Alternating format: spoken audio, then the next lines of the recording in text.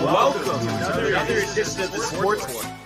And we are back. We got the full crew in the house. That is what it's all about. The Yankees, out of any team in the league, are the best equipped to handle a blow like this. I think there is a higher power at play here. He's due law of averages. That dude is the ultimate scrub. It's trash. Yeah. Every person you have in there is fucking trash. Next game, you're going to see a big performance. You can see it in the end of the game, and I'm just totally stoked and excited for this.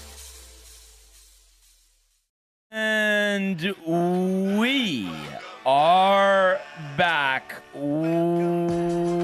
Welcome to another edition of the Sports Pour here on a thirsty Thursday. And how about this? A treat for all of our listeners. Once again, the Barnes and Renee Show. Woo! What's going on, Renee? Nothing much, Brian. I'm happy to be back by popular demand. Yeah, I feel like you didn't realize, like you knew, I think deep down you knew, but you didn't realize at the surface just how much you missed, like producing, me and you just grinding it out, right? I mean, come on. Well, I do love producing, so yeah, I enjoy it. Although it's going to be the same thing as yesterday, though, where it's Michael midway. But I think that's the best. Yeah. I mean, it was, you know. Can you make it into like a football analogy? Like I'm the halftime. He's coming in. End of first quarter. Yeah. I was thinking of like an assist thing. Well, that would be a basketball thing, not a football thing. Come on, Renee. I'm gonna alley-oop it to Michael. Yeah, listen, I mean, it was a pretty good alley-oop. I mean, I think, you know, all platforms, you know, I sent you the screenshot. I think we're around 3,000 people watching. So, on Facebook, I mean, you know, that's awesome. So we love that. We love interacting with everybody. And of course, you know, as the week goes on, there's a lot to talk about. Unfortunately, another bad performance from the Yankees, which we'll get to. But at least, you know, there's some distractions. I think they're just about to tee it up in Napa, so we'll look at that in a little bit. And, you know, we do have the start of week 2, Ernie's Packers, Lambeau Field, hosting the Washington Commanders. So we're going to talk about that. And then the JD and TCA chat, you know, we were discussing kind of what our thoughts are. What are the betting plays for tonight's game? I know everybody likes to do that. Thursday night, stand alone. And if you're not like Ernie and a Packers fan, you know, it just gives you a little more juice on the game. And, you know, that always makes it more fun. So we'll definitely talk about that as well. But I have to say, the week is just moving along, and we've had some great shows, you know, and hopefully, you know, tonight we could just pair that up with a win, you know. So we'll have to see what happens there. But great weather as well. Mm-hmm. You know, yesterday was a great golf day, so really where'd you golf really yesterday? Enjoyed that. Tashua and Trumbull. I don't know if you've heard of it. It's, you know, the connector, 25 connector, yes. Right off of it. So you know how you go right and prime 111's on your left. Yes. Go straight, and it's like, I don't know, you know, maybe 0.5 miles. Did you go there down. to that one a lot? Yeah. It's me and my dad's favorite. And you know, growing up in Monroe, it wasn't too far, so we used to golf there. You know, all the time. So definitely was a great day, and got off to like a great start. I know this doesn't mean anything to you, but score-wise, you know, had a 42 on the front. Wow. Let's go. But unfortunately, a 48 on the back and finished triple after last time I played 4 straight doubles to finish. So we got to work on closing things up. We got a couple tournaments around the corner, you know, and so, you know, just got to sharpen things up. But I think we're heading in the right direction. So, you know, we'll definitely, you know, start there. And for you, Renee, would you say, I mean, for me, I feel like you know, maybe you want to say, oh, maybe it needs to be a little warmer swimming and stuff. But I think right now, best weather that we have all year. Yeah. I'm divided because I do I'm missing the scorching sun on my skin, Like I can already feel like Tony's so pissed that you just said that. It's too hot. He's sweating. The Birkenstocks. I just I miss soaking in the sun. But it's very refreshing outside. Like yesterday, I took a break and I went by the water, and it was just like perfectly comfortable. Like, yes. So yes, I agree with you on that. And it is nice because I feel like what we give away in the winter. Again, I know Tony loves it when it's 20 degrees out, but that's not fun for all of us here. We do get it back in the early fall, late summer, whatever you want to call it. I know technically right now it's still considered summer, but for me, once it's September, it's fall. I think that and then the spring lead into the early summer and really most of the summer. I mean, I think we have some of the best weather in the country, because you think about Florida when it's 100 degrees or Arizona or Las Vegas or even Los Angeles. It's just too hot in the summer. So I think, we definitely have it great here. So, I definitely enjoy that because I feel like, too, when I was younger, just thinking, I don't know, you're used to where you're growing up. But not for you, Renee, because I know you have your affinity for New Jersey. But being in Connecticut, I don't know. I was always like, oh, my God, like, I can't wait to get out of here, this type of thing. And, I've traveled other places. Like, they're great. I really enjoy them. But I have to say, just when you put the whole package together, There's nothing like home. Kind of, right? I mean, not Monroe. Monroe, there's nothing going on there. So Stamford is definitely better. But just Fairfield County in general. It is great. And I think, it's hard to have a non-biased perspective when you're not there all the time. Places seem different when you don't live there every day. Yeah. You're not there for 20 years of your life, 30 years, etc. So, I think that being said, it's just a great part of the country. That's for sure. So I do see a couple comments here we could get to before we get started. Let's do it. We got Josh B in the house saying, yo, what up, fam? Josh B.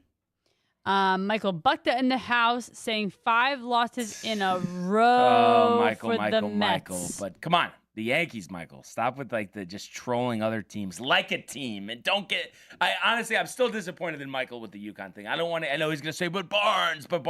No, but Michael. Okay, bailing on UConn, bailing on Hurley. I feel like there's a lot of audacity there, Michael. I mean, you met him, you took the picture with him, he gave you the time of day, he delivered us 2 championships in a row. I think it's a disgrace, Michael. I'm sorry. I think I want to see you next time I see you. I want the UConn shirt on, and I want you to go back to talking about your affinity for Dan Hurley. I'm sure he'll have a great response to that. He also says, Barnes, do you think we're gonna trade for Andrew Wiggins? I'm not sure. I guess that could be.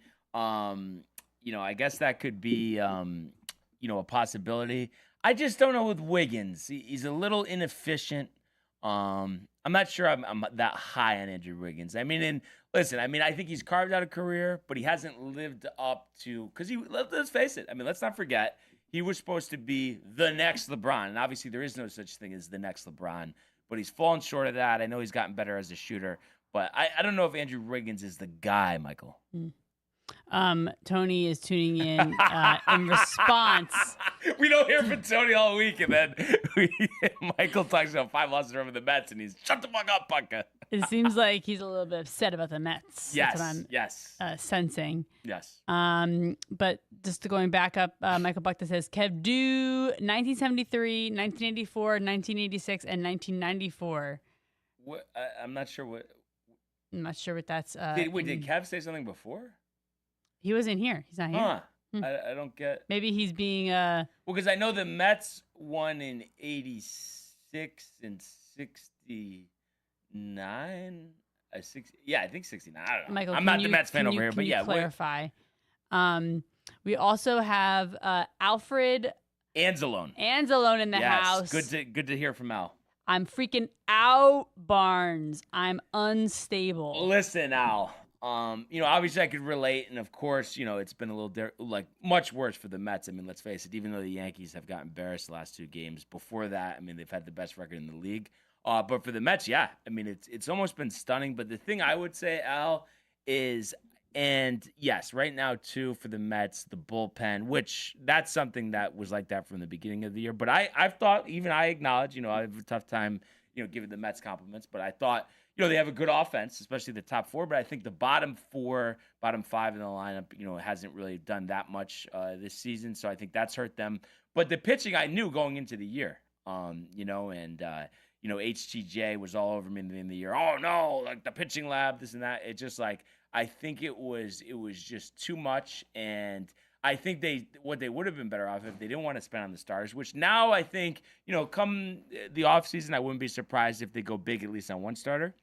But I think they've realized that you can't just wing it. Frankie Montas is going to get Tommy John opt in next year, so you're going to pay him for nothing. That was a signing you knew from the start. But the bullpen, you waited till the deadline. And then like we see with the Yankees, I guess what it is these guys, they need time to adjust to a non-starting role. And we've seen that with Doval and Helsley, and even Soto hasn't been great.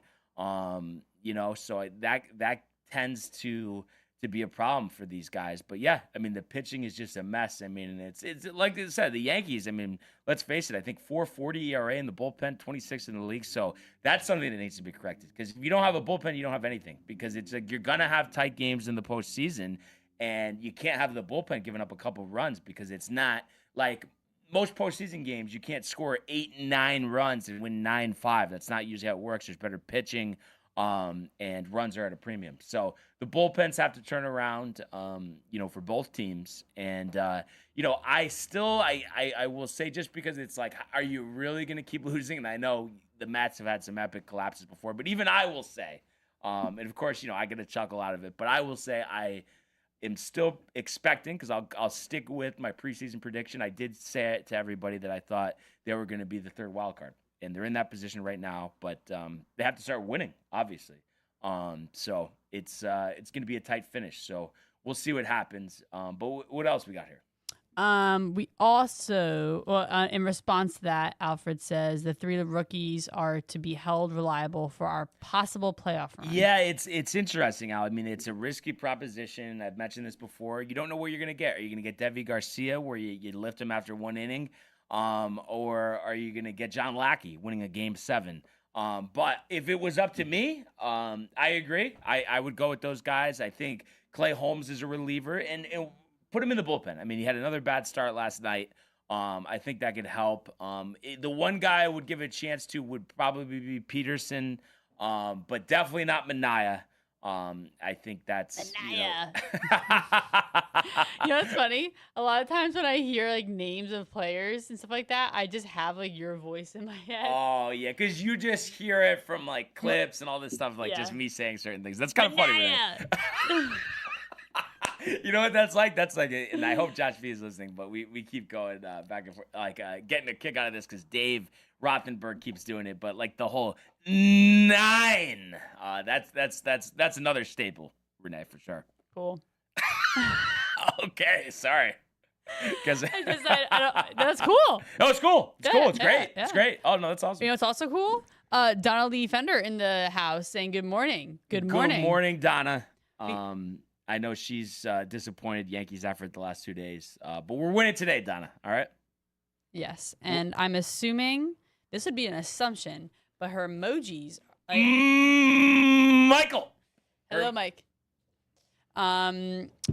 Also, Michael Buckta says all these years are all the last times Kev Du's bum teams won. Yeah, I guess the Raiders, right? Because the Raiders, the Knicks, and the Mets, and then Josh B getting riled for the 9. And I'll kind of back to what I was just saying, though. I do think that's the right move, but it's a risky proposition because it's like either these guys are going to thrive or, they're going to be too much for the moment. The only good thing I would say is the element of surprise, because there's just not as much tape on these guys. Obviously, McLean's gotten some more starts now, and he has excelled in every start. But so, the players don't have as much experience going against these pitchers, so at least you have that. And it was funny listening to Rick and Dave this morning I forgot. I think they were just talking amongst each other, but they're like, oh, well, the good thing is if we are in the wild card series, and you do have to play a team like Dodgers, it's only a 3-game series.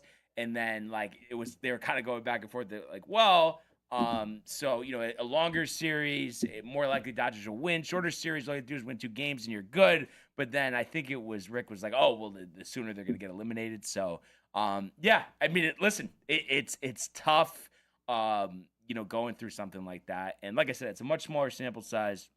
The Yankees have been playing well, winning all their series. So it's just unfortunate. I think it's 23-3. The last 2 games against the Tigers, they've been outscored. But you gotta just plug forward. That's all you could do. Even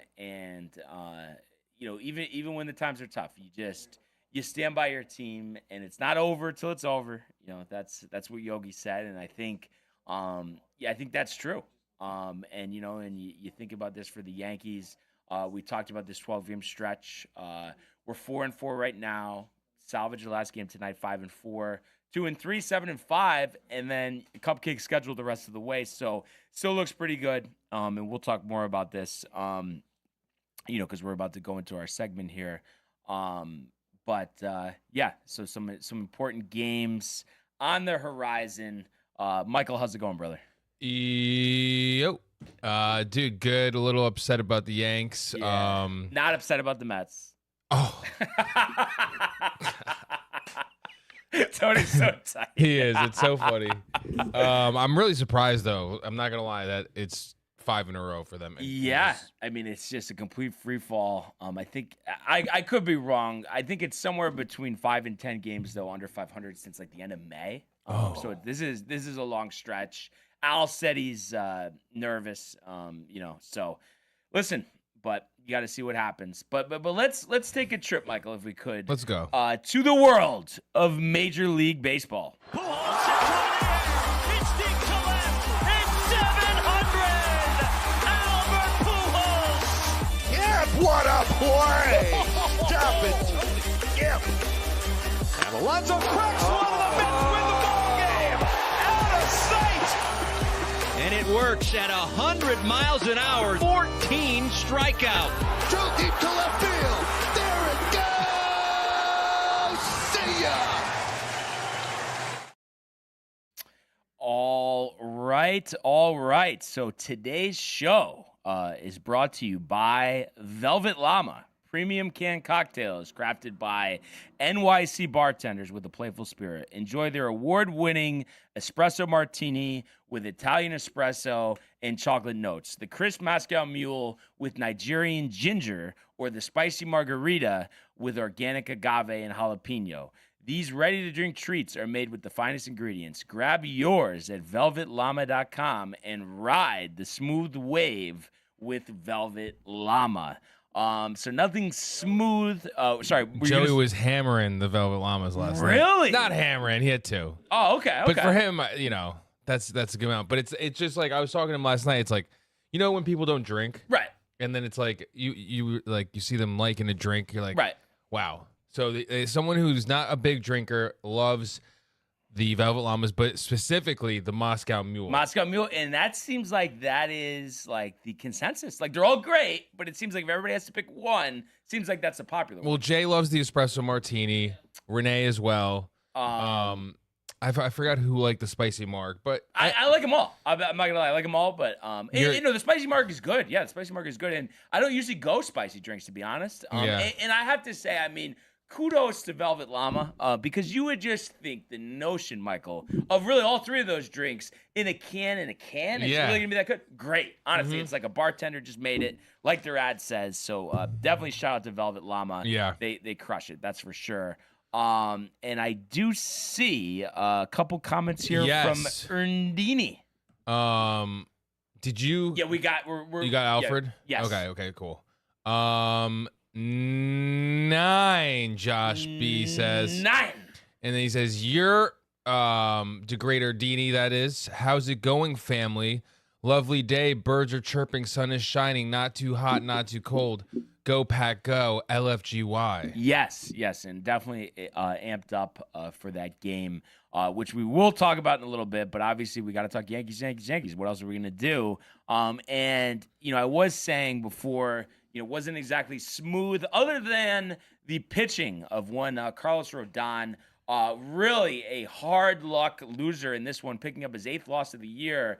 Yankees falling 11-1, just embarrassed at the stadium. The bullpen once again giving up 9 runs last night. But Rodon, 6 innings, 5 hits, 2 runs, 1 walk, 6 strikeouts. So season ERA sitting at 3.11. So we just didn't hit. No, didn't hit. Didn't score a run, Michael, until the 8th inning. On an Austin Wells solo home run. But at least you feel good. Top of your rotation. It's been a few turns through the rotation now where Fried and Rodon are locked in. Of course, when it comes time to play some postseason ball, you can't have the bullpen giving up the 9 runs. It's crazy. It's crazy that that's happened. 9 today, 10 the other day. 19 runs in 2 games out of the bullpen. I mean, I can't believe it. And everybody was disgusted. And listen, I mean, you didn't hit yesterday, so you weren't going to win anyway. But to go to Mark Leiter Jr. right out of the pen, he only gets 1 out. You have to lift him. Are you kidding? Yeah. And then to go to Doval, who has been Jeremy Schatt since he came over and almost deserves to be demoted like he's Jake Bird. Pitched 1 inning, gave up the 2-run homer to Riley Green.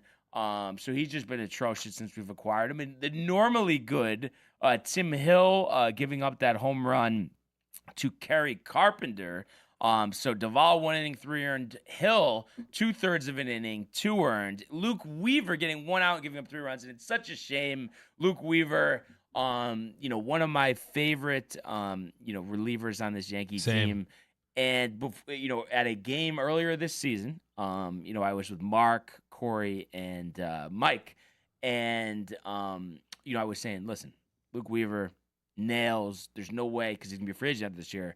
No way that we're not going to re-sign him. And listen, I mean, overall, still has a 3.26, but he's probably going to be looking for a good contract. And this up and down nature that he's had recently, I don't know if he's going to be back, unfortunately. So we'll have to see. But what if he performs in the playoffs? Might be a different story.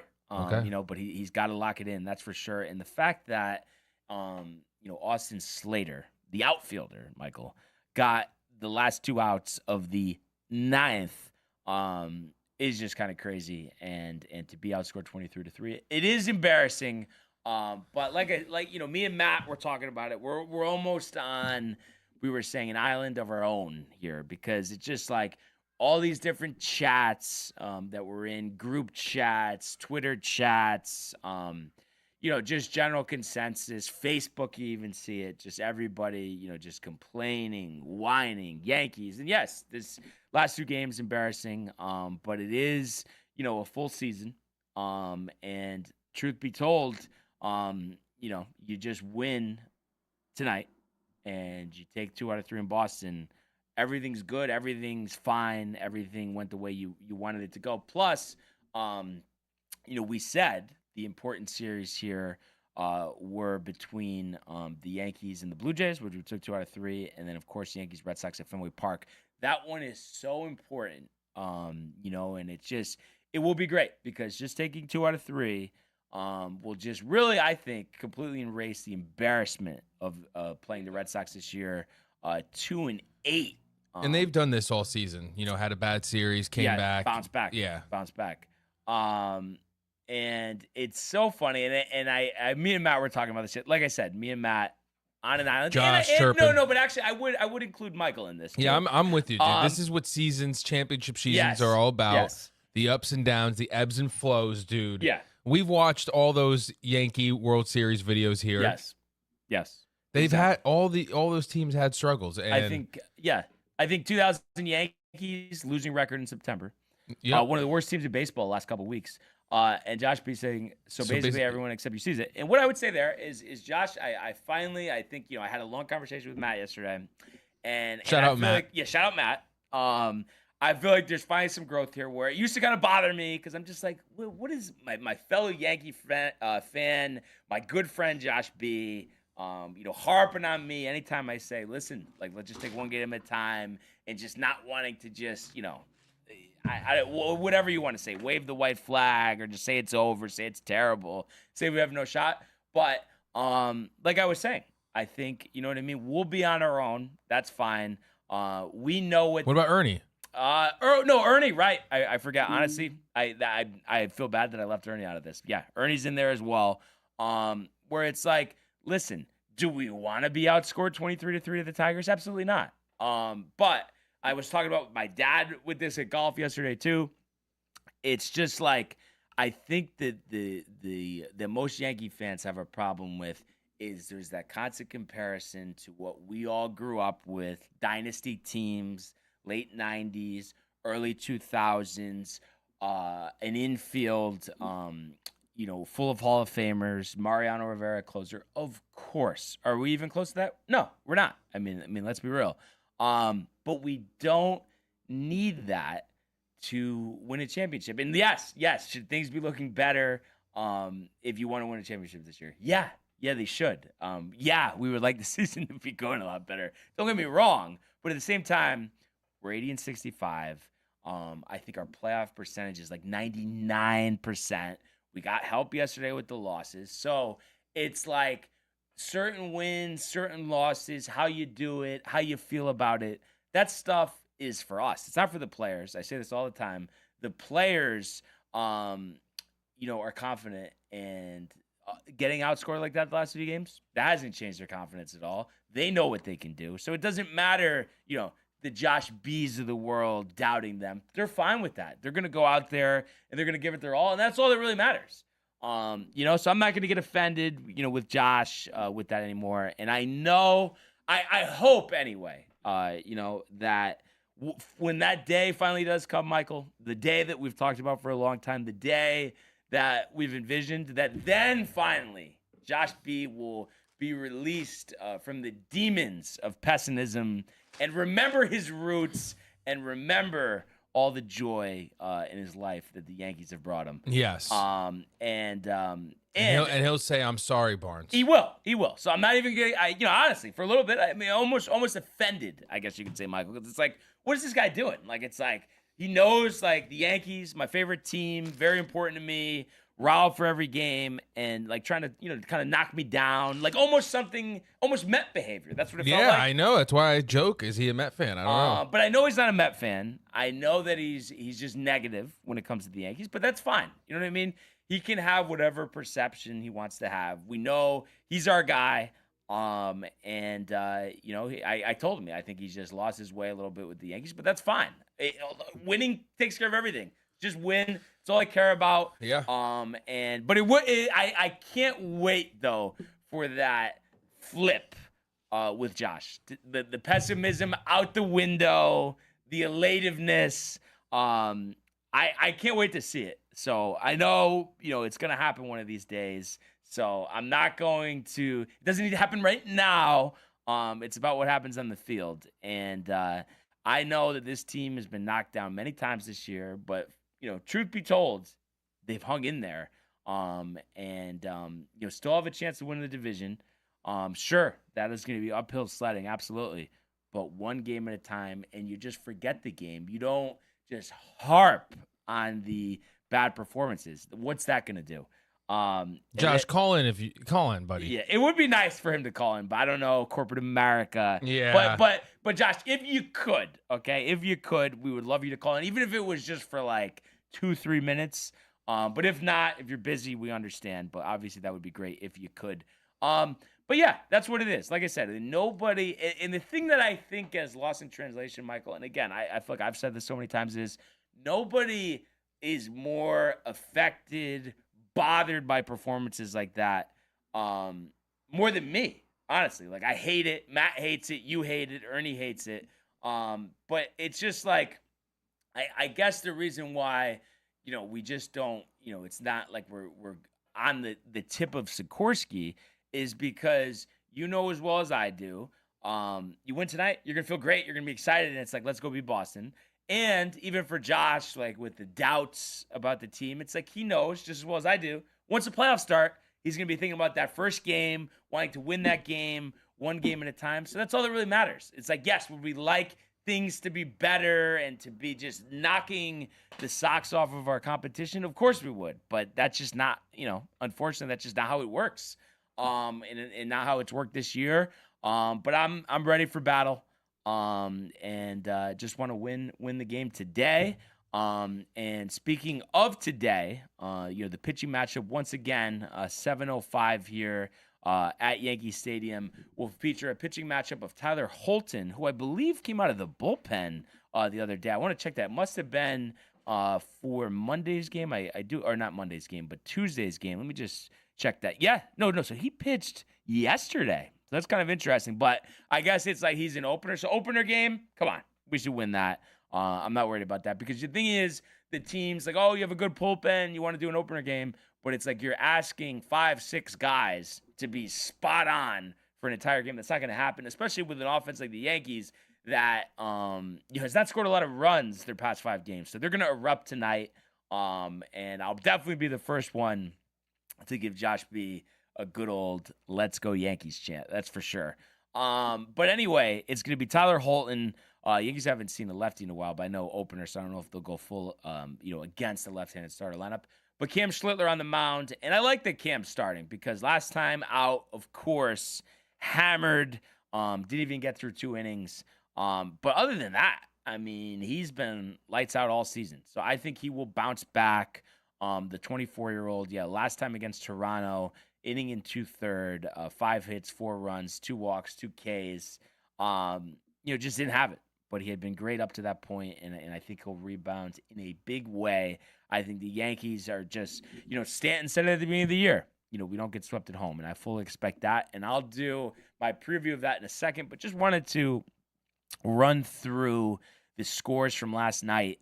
Just a quick summary here. So, surprise to me, I thought the Brewers would salvage that last game in Texas, but how about the Rangers? One of the hottest teams in the league. I can't believe 47-28 at home now, so almost 20 over 500. They win 6-3. Merrill Kelly gets his 12th win of the year. And how about former Met great Phil Matone with his 4th save of the season?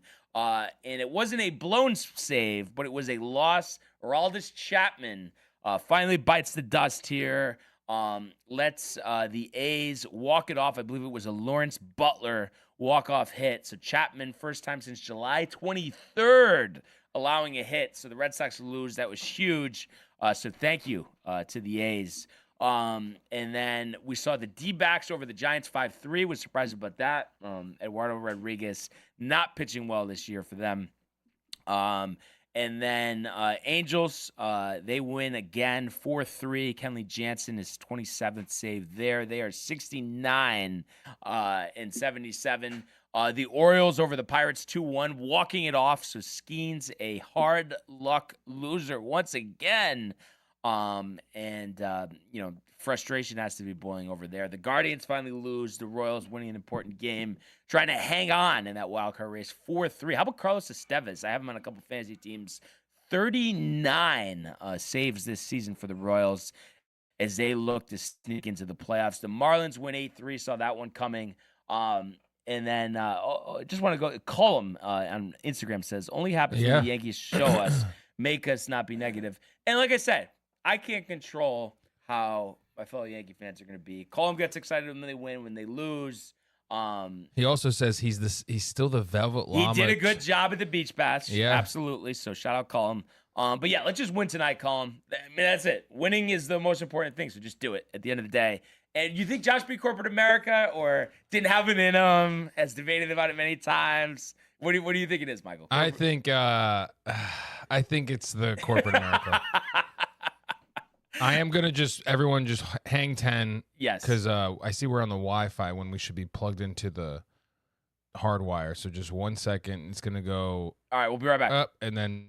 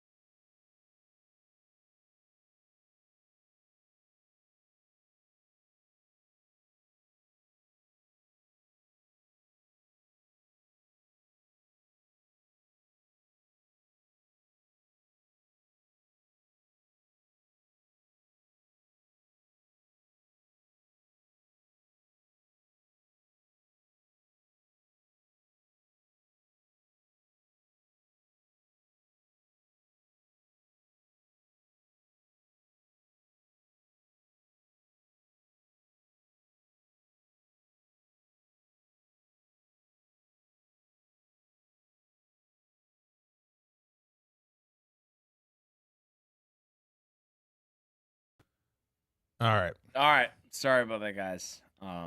Something hardwire. Expected better out of it. Yeah. I don't know. Anyway, just moving along here. Yeah, like we said, Marlins getting that W 8-3 over the Nationals. And then, we did have the Mets losing again, like we talked about, 11-3 to the Phillies. Ooh. Mets, how about 12 under 500 on the road, only 6 over for the season. Clay Holmes, who could have seen this one coming, right? And then, we saw the Astros, thank God, 3-2 over the Blue Jays. Brian Abreu hanging in there. Former Yankee Enyel De Los Santos picking up the win for Houston. So we stay 3 back at Toronto. And the Cubs over the Braves 3-2. Tough loss there for Sale. And the White Sox surprising the Rays 6-5 at home. And Ernie getting a kick saying, chill, Josh. I'm still surprised. I thought we would get Josh B on the dial. I'm not going to lie. But and then the Padres lose to the Reds 2-1, so they inch closer in that NL wildcard race.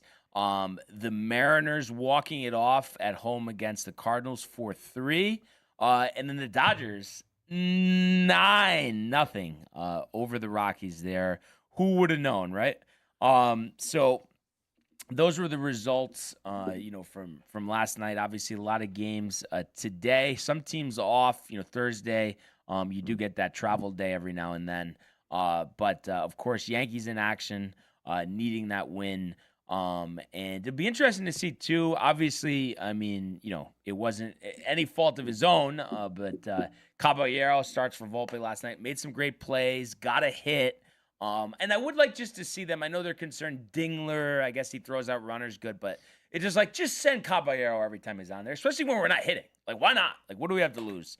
But I hope he's in there again, because it just give Volpe like a week, especially this Boston series. It'd be so refreshing if they just started Caballero every game. I know they won't, but I hope he's in there at least tonight. That would give us a boost.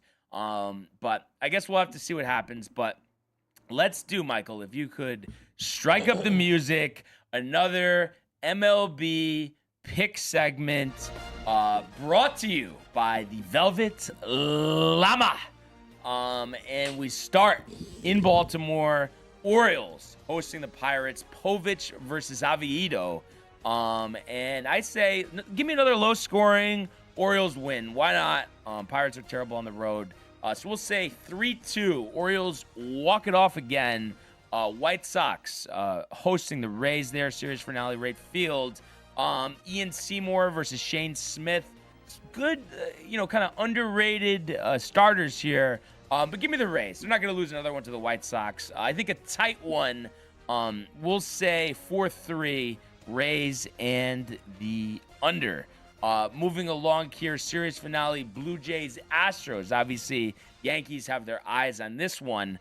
Really rooting for those Astros. You got Christian Javier, someone we beat last time we played the Astros, versus Kevin Gausman, someone that we lost to. He's 9-10, 363, 162 strikeouts, 168 and 2/3 innings. Javier's only pitched 20 1/3, but he has a 4.43. Yeah, these have been tight games. Houston blew the first one, but I think they bounce back and win the next two, including this one. I think this is a higher scoring game, but let's say Houston wins 6-5.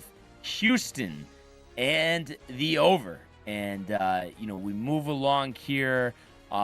Next game up on the docket. And I'm surprised a little lag time here on the scores, because you try to go back and forth, get the totals. But obviously we do have the phone as a backup. And actually, okay, we did just load there. I guess the medium Wi-Fi strength, reason why. But we go to Nationals Park. Marlins Nationals. Series finale there. Mackenzie Gore 5-3, 4-1-5. Ryan Weathers 1-1, 3-2-8. But give me the Marlins. Gore, had a great start to this year. Has really tapered. And I just like the Marlins. I think they play a little better at home sometimes.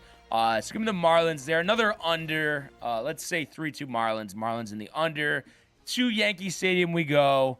Needing the win, wanting the win, getting the win. I think Kim Schlittler delivers. Third straight Yankee starting pitcher this series. Hello? We have someone on the sports port. Who do we have? Hello, can you hear me? Yes, can you hear us? Yeah, I can hear you. Who's calling in? It's Cullum. Oh, what's up, Cullum? What's up, Cullum? Not much. So I don't know if Josh called in, but I'm usually in that mindset of the negative Yankee fan. So I was gonna try to call in as his proxy and also try to defend the whole situation. But I am the reigning Velvet Llama Chug champ, so I should be able to yes, you have the right to do so. So I should be able to come on and give some defense. Yeah, let's hear it, Colin. All right. Like right now, is it like am I on live right now? Oh yeah. Yeah. No, you're live mid frenzy too. I don't know if we've had a mid frenzy call before.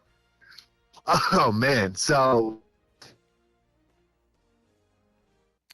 with Yankee fans being negative, obviously calling out Josh, and I think Josh is the king of that, even though I am a pretty close, second to his negativity and stuff like that. But you have to just look at it. Obviously, we know we have been fans our whole lives. Josh saw those 90s and saw those eras. Yeah, he was like 30 It's then. the Yankee. Yeah, pretty much. But, like, the situation with the Yankees is we grew up and we were understood that it was championship or bust. It was all the aspects of you expected greatness, and they provided greatness more often than not. Now it's been 15 years of there's more positive than there is negative, but the negative when you have the mindset of championship or bust, and that mindset hasn't changed for most of us and most of us fans, that, if they're doing these mistakes and they're making these bad moves and they're falling short often, then it's not about the fact that we're expecting the negative. It's that we're expecting absolute greatness, and they don't look like they're going to be able to achieve it. So if they're not going to be able to achieve greatness and we don't see the greatness coming up, then we're just like, screw it. It's not worth our time and attention. And if it's not going to be great, then it's going to be negative. But what I would say to that is obviously 23-3 last two games. I mean, obviously that's not a good sign.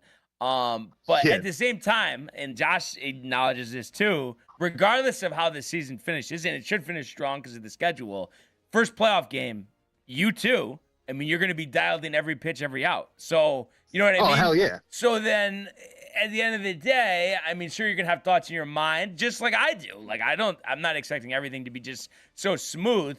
But at the end of the day, if we're going to expect or we're going to want to win every playoff game that we play and going to be into it, then what's the point of crying the river before? I just feel like we could save that for the offseason. Sure, we could air out our frustrations, but we're all going to be locked in. So, I mean, it's all the same at the end of the day. No, I completely agree with you. And you had the prediction before these, these huge winning team 4 series that they were going to go 8-4. They just hit their 4th loss. So I'll ask you this. Honestly, do you think they can and do you think they will knock out 4 in a row and meet your prediction in these next 4 games? No, but I'll be happy with the 7-5 that they're going to deliver, Colin. All right, I'll be happy and accepting of a 7-5. Yeah, right. I agree with you. Because then, especially too, the 13 games, right? I think that's what's going to be left. Yeah, it's 13 games, 7 against the Orioles, 3 against White Sox, 3 against Twins. Yeah, and we gotta kill the Twins. White Sox are terrible. Orioles are still a division game. I can't see 7 games you're winning those, but if you win 5 out of 2. And you sweep one of the Twins and White Sox and lose one, 10-3. 10-3 is very, very on the table. Yeah, absolutely. And yeah, that's just my whole thing. Like, listen, I know there's issues there, but issues that aren't going to be corrected right now. So that's why I just feel like we have a full off season to talk about future moves, who's going, who's staying. Right now, this is the team we have. And I don't care, what the odds are. I still want to win. And I know you still want to win. Josh still wants to win. So all we could do is hope for the best. Yeah. I agree with you, but just like I'm hoping for the best, but I'm not expecting the best. That's kind of where we're at right now. Yeah. I mean, and obviously I know. I mean, the odds aren't in the favor of that. And two, if like I was like, if it was like a life or death situation, you know what I mean? Would I be just like all in no matter what? Like, it's like, of course I'm not saying that, Colin, but it's just like I'm hoping for it still, regardless. Like I said, it doesn't need to be a high percentage. A percentage is good enough. One game at a time. And like you've said before, it's just like it's not about being the best team, it's about being the hottest team. So, hopefully this is just one little small kind of downfall here, and then it's all uphill from here. That's what we got to hope for. Yeah, and maybe an easy 13-game road can get the bats hot and get them feeling good, because I feel like that last little stretch we had did get the Yankees feeling good and came in and won the series against the Astros and won the series against the Blue Jays. They're starting to sputter off right now, but, you get in hot, and here's hoping. It's like, but honestly, the last thing I would say and the last thing I'll leave off of is a lot of people are, negative and down on a lot of the players and obviously like Volpe and stuff. I'll say this. There's literally only one player right now on the roster that I have hitting-wise that I have absolutely no doubt is going to show up and kill it in the playoffs, and that's Giancarlo Stanton. And there's plenty of other guys like, Jazz, who had a terrible playoffs. You know who had the third best playoff performance last year statistically? Volpe. With his OPS was Volpe. Yeah. So however much you hate on Volpe and hate on this, he showed up when it mattered in the playoffs. So I hope everybody else can see that. And, if he is playing, I have more faith in Volpe than probably half of the roster right now in the playoffs. Yeah. I mean, listen, that would be something if he could turn it up again. We'll have to see. And one thing I was going to say before you go, too, is I would like to see some better plate discipline, especially from Stanton. He had it going. Now he's 3 for 34. And it's like, he's chasing a little bit. And then also, too, I feel like there's too much guessing, a lot of strikeout looking. I think these guys need to stop doing that with 2 strikes. And you're taking pitches that are borderline. It's like, there's a chance that they're going to be called a strike. So I hope they do that. That's kind of what I've noticed. Him and Grisham kind of doing the same thing, chasing bad pitches, taking close ones. And I think they should just dial it in and kind of react to what they see. So hopefully that starts tonight. We'll see. Yeah. But great call, Colin. We really appreciate it, and we hope to hear from you soon. Absolutely, man. I'll talk to you. All right. Thanks, Colin. So, yeah, good call there. Champ. Yeah. And right in the middle of the Yankee prediction here, but Yankees Tigers at the stadium, -155 favorites. Holton Schlittler. Give me the Yankees bats early, often. I think let's reverse the trend of the last 2 games. Let's make it 10-3 Yankees. Schlittler, 6 innings, 2 earned, 10 strikeouts. And I think Giancarlo Stanton and Aaron Judge homering in this one as the Yankees run away with it. So Yankees and the over. Moving along, 7:15 Fox. Guardians, Royals, Williams, Kolek. Give me the Guardians. I think despite the loss last night, they're hot. Gavin Williams is pretty good. I think a low-scoring game, but the Guardians win 4-2. Guardians in the under. The Mets looking to avoid the 4-game sweep at the hands of the Phillies. Sorry, Alan Tony. Give me the Phillies here. 10-game lead in the division. They're dialed despite the losses of Turner and Wheeler, still playing some of their best baseball. Kyle Schwarber with the 50 home runs. But Jesus Luzardo, I think, gives them 6 innings of 1-run ball. Peterson, 5 earned over 4. Phillies win 7-4. So give me the Phillies and the over. The Mariners hosting the Angels. Bryce Miller versus Joel Soriano. Give me the Mariners here. I know Miller hasn't pitched well this year. He was disappointed for fantasy.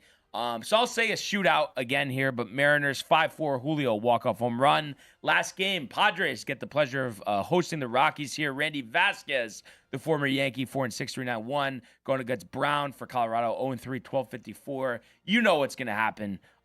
Give me the Padres here. I'm going to say 12-3 Padres in the over. And just like that, that's your MLB pick segment. So let's pick up a W and let's keep the music going, Michael, and pull up yet another edition of the Immaculate Grid And I like this, a little New York flavor here. The Yankees, the Mets. And I actually have a good one to get started here. So we're going to go right at the top here, top left. He was just on Name That Yankee last night. Give me the 1996 World Series champion, Cecil Fielder. Where is it? I'm sorry. Top left. S? C. C, yeah, there you go. And then IL. All right, Barnes. Let's see if you start off strong. How about that? Yes. How about right next to him, the former Met, Edgardo Alfonso. And I feel like you remember him Subway Series days. Oh, yeah. I know you. The Subway Series was great. Yeah. Especially always great the to outcome. win. Sorry, Tony. He's so tight. Yeah. He's like, going to come in anymore? Why am I going to come in? Yeah. Everyone just shits on me. Yeah. Luis Ariz right next to Alfonso there. Luis. What's up with? There's so many different ways I to spell know. names. It's crazy. There we 4%. go. And then another favorite of mine, so right under Cecil Fielder there, Richie Sexson. Oh, yeah. There we go. I Right. remember him. Wow. And then right next to him, Felix Heredia.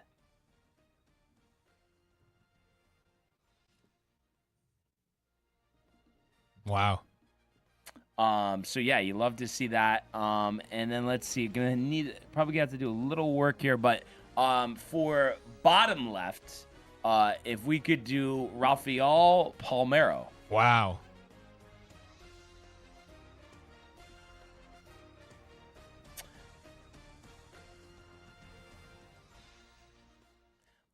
And then 200 hits in a season for the Yankees. Middle right there, Lou Gehrig. Really? Yeah, You don't think it's going to be high? could be. Oh, not Yeah. too bad. No, but that's not like crazy. We've had a lot of lower ones. All right, and then 200 hit season as well as a Gold Glove. So just thinking about this for a second, Gold Glove. I kind of have an idea here. Just see here. And then the Gold Glove for the Mets as well. Let's see, we might need a Ernie. Are you there, buddy? Just trying to think about this for Matthew a Ryan, hey, where's Tony? I haven't heard from Matthew Ryan in a little bit. I to be know. honest, right? All right, so Gold Glove turn. I'm thinking maybe. I don't know if it'll be too high. But I'm no. 200, and then the Gold Glove for the Mets. Third base. Reyes maybe is a Gold Glove. I'm trying to think about this. Reyes.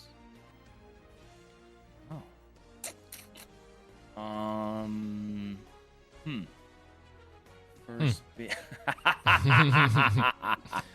Hold on. Fish boy coming in here. Maybe tonight you have better luck versus my Tigers. Listen, you've had our number. I mean, there's no two ways about it, unfortunately. But that's why they play the games. So we'll have to just see what happens there, Fish boy. Your boy Zachy Wilson played for the Dolphins, Michael. He played? Yes, he got in. I got a good one. Former Yankee. So bottom middle here. Robin Ventura.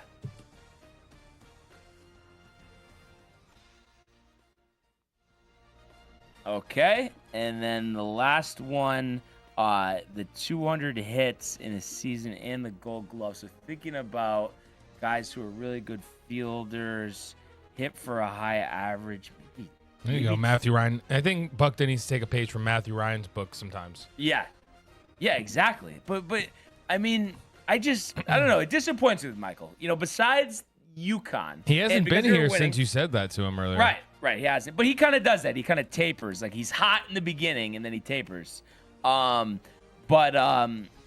it's like besides UConn, it's like I don't know. I just feel like I don't see him getting that excited, for like winning. It's all about like hating on other teams, and it's just like Michael. I mean, come on, no? No, you're right. I'm trying to think maybe. So I want to get this right. Maybe Todd Helton. Because I feel like he would have 200 hits. Did he win a Gold Glove though? Okay. Todd Helton. Bottom right.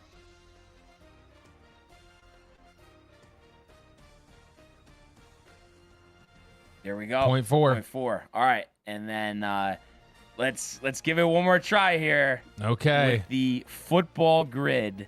And a little flavor for tonight's game with the Green Bay Packers and the Washington Commanders. So let's see here. So so top middle there.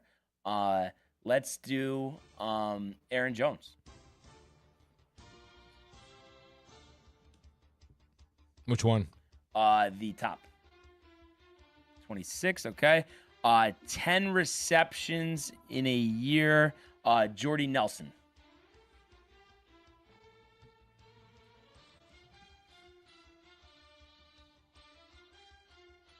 $25. 10 receptions for the Lions there. Calvin Johnson. So right under Jordy Nelson. Which one? Right under Jordy Nelson. Calvin Johnson. He was great. Yeah. Unfortunate. He was on those teams. I know. 49ers there, so below Calvin Johnson. If you could do Jerry Rice, that's going to be like 99. Yeah, honestly. 54, okay. The Lions and the Vikings. TJ Hawkinson, so for middle there.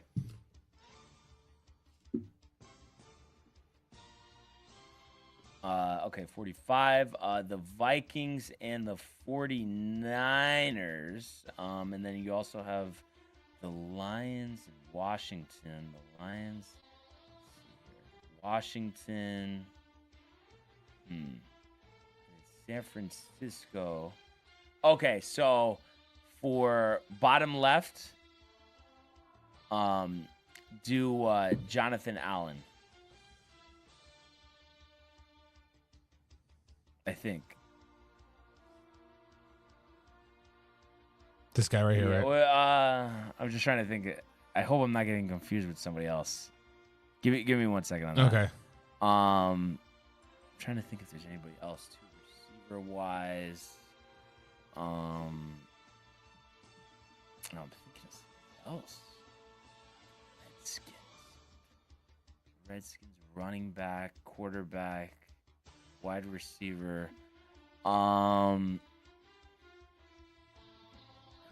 Bay and Washington. It's just that Green Bay doesn't bring in the Vikings and the 49ers. Quarterback. Backup quarterback. Trying to think there. Marcus Freeman. Rice. Boy, these are a little tough here. All right. I'm surprised though we don't. I guess John Pollock not worried. And let's see here. 49ers.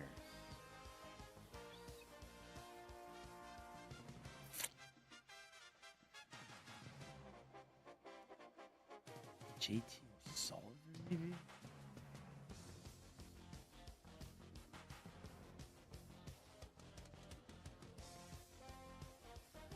Oh, I can't believe I didn't think of this. Actually, I think that'll be better. Okay, so bottom middle, Sam Darnold.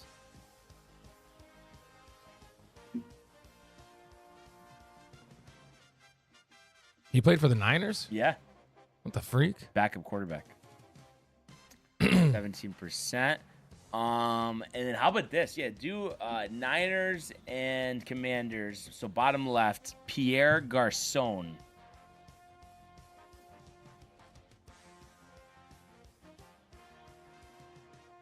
Wow. 2%. It's your best one, I think. Okay, so Lions and Commanders. Lions. I feel like they've had a bunch of. Oh, I know. Okay, so Lions, Commanders. So middle left, Michael. Adrian Peterson. Yeah, that one.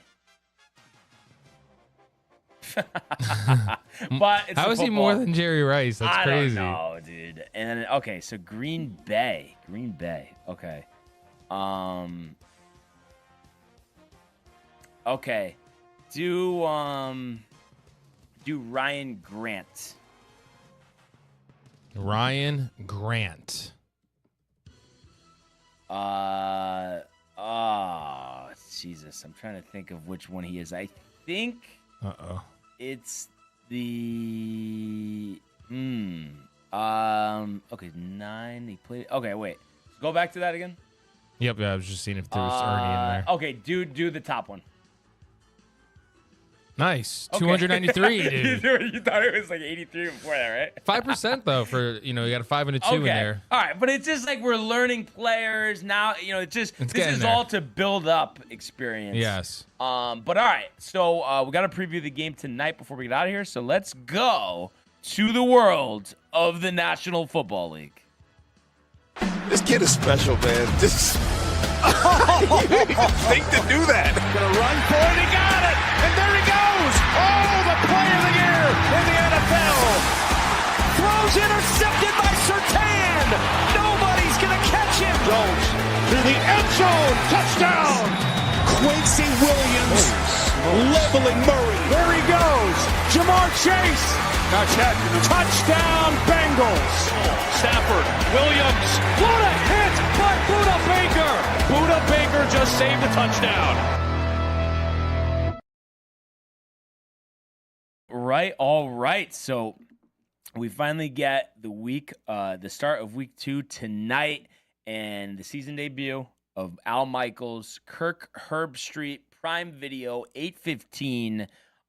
Green Bay, Wisconsin, Lambeau Field. You got Jaden Daniels matched up against Jordan Love here. Two of the top teams in the NFC.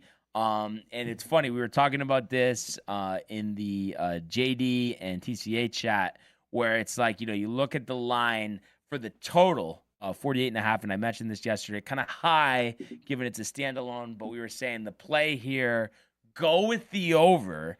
The squares are on the under because we're looking at, too high. Oh, Green Bay and Washington play good defense week 1. But short week, explosive offenses. I think you're going to see both teams put some points on the board. I think the Commanders, I think this is going to be one of the best offenses in the NFL this year because Deebo Samuel looked great. That was kind of an underrated move they made there in the offseason. I think he had like 70-something yards receiving. And I wouldn't be surprised if he scores a touchdown in this one. And then Washington, very deep at running back. That's why they traded Brian Robinson Jr. But with Eckler and then Ja'Cory Krosky-Merritt, he had a pretty good first game. So you think about that. You think about Terry McLaurin. And then you still have Zach Ertz as well. So I think there are going to be points scored on the board there. But I just think the Packers play well at home. I like the fact that Jordan Love, I think it makes it easier for him that they don't have somebody who's dominating target share. So you can't just like, okay, we're going to double team this guy and then they're not going to be able to do that much. No, that's not how it works. I think he found 7 different receivers first game. I wouldn't be surprised if Matthew Golden, as the season goes on, shows some growth, has some big plays, scores some touchdowns. Tucker Kraft is reliable at tight end. I think this offense will do well. The defense maybe getting a stop late, or maybe they just the offense has the ball. They drive down the field and then get in range for a Brandon McManus field goal. That would be awesome. I would love to hear one more call the legendary voice of Al Michaels calling a walk-off field goal. And McManus has the leg and can hit it from anywhere on the field. And I just want to check this, but I believe they are saying that the weather should be good there tonight in Lambeau Field. Are they showing it on? Okay. Yeah. I mean, it's saying 65 degrees. So that's what you want, and I think this is going to be exciting. And I'm really excited to watch. But what exactly, will happen? Let's do a Thursday night football frenzy. And this is brought to you by the Hirsch Law Firm. So like we said, the total here, 48.5, opened up at 47.5. So people, obviously hitting the over. And then the spread, Green Bay -3.5 plus 105. Commanders -125 plus 3.5. Money lines, Green Bay -175. Washington plus 150. So I'm always somebody, especially when it's a tight number like this, and then, okay, I don't want it to be a field goal to push. So then what am I going to do? I'm going to buy a point. Odds, I mean, it's -175 for the money line. Buying a point, I mean, what's it going to be? -140, -150. So at that point, I mean, why wouldn't you just go money line? So I think that's the play because I think it's a field goal game. So that would be my play. So technically, I guess I'm saying Commanders plus 3.5, but money line on the Pack. I think it's a walk-off field goal. I'm going to say 31-28. McManus from 48 for the win. Tucks it in to that right upright. And then if we want to get crazy, talk about props, I would go over passing yards, Jordan Love, 2+ passing touchdowns. And then I would say put Josh Jacobs in for a rushing touchdown. I think he'll find the end zone as well. Had a touchdown last week. So that's my prediction there. But at the end of the day, it's Washington plus 3.5, Packers money line, and over the total of 48.5. So let's see what happens. But that's what we have for our Thursday night football frenzy, Michael. And then just a couple things before we wrap up here. We are underway in Napa, California, the Silverado golf course there. And we have a crowded leaderboard being that we just started. So a bunch of guys at 1 under par here. Will Gordon, Sam Ryder, Chad Ramey, Chan Him, Mark Hubbard, Mackenzie Hughes, Garrick Higo, Matt McCarthy, Austin Eckroat, Maverick McNeely. And then, so you have 33 golfers on the course right now. The worst scores are the 2 overs, Watney, Piercy, Duffner. And a lot of guys to tee off. The last tee time group is 5:06. So a lot of golf to be played. So we'll have more of an idea. And I know tomorrow, obviously, we'll really be focusing on the NFL as well as the Yankees series in Boston and tonight's game. But we'll definitely take a look at that leaderboard, see what the Ryder Cup guys do. And then other than that, I want to say there was, so Brock Purdy is unlikely to play against the Saints, and I think, like I was saying, I think they'll be fine. Mac Jones, Kyle Shanahan, they'll be able to get the job done, despite not having George Kittle as well, and possibly not Jawan Jennings. But he could miss multiple weeks, and I actually wanted to see here, so if you take a look, if this ever loads, at the upcoming, or I'll just do it on my phone. It's always quicker that way. The upcoming schedule here for San Francisco, I don't think, the Saints really pose any type of challenge. But let's see. So if you look at what they have upcoming here, and I can't believe, okay, there we go. 49ers Saints. So that one's in New Orleans, but I definitely am not going to be picking the Saints, let me tell you. So Cards the next week, Jags the following, Rams, Bucks. So, especially Cards, Jags. I mean, I think you could maneuver this 3-game stretch 2-1. and be fine. Obviously, you need Purdy down the stretch, so something to watch for.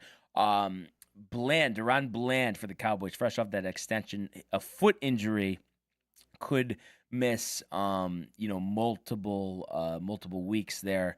So we'll have to see what happens there. And then I guess Malik Neighbors downplaying the game spat with Brian Dable, but come on, I mean, let's face it. I know we've got some Giants fans out there, but the Giants are a mess, that's for sure. And then I guess other than that, Woolen unsure of starting status after some mistakes I guess he made last week. So Reek Woolen, the former first-round pick, and Josh Jobe, playing well. The coach not committal there, Mike McDonald. So something to watch out for. I guess that's really it. Skeens going over 200K. Obviously, there is college football tonight. NC State and Wake Forest. That's a 7:30 game. Both teams 2-0, unranked. But we'll talk about. There's a couple good college games this weekend. So we'll mention that tomorrow. I guess the Kaprizov for the Wild, little hockey news. We haven't talked hockey in a long time. I guess he rejected a record deal. And supposedly the GM, Bill Guerin, says he doesn't want to put all-out panic mode after the rejection of the extension. They offered him 8 years, $128, and it would have been $2 million more than Leon Draisaitl. So that's interesting. I mean, we know me and Tony have been talking about Kaprizov for a while, but I don't know if he just wants to reach free agency or he's like, listen, if I'm gonna give up my free agency, you're gonna give up the bag, which probably is more likely the case, especially in hockey, because I mean, money isn't aplenty for these teams, the tight salary cap. So kind of interesting there.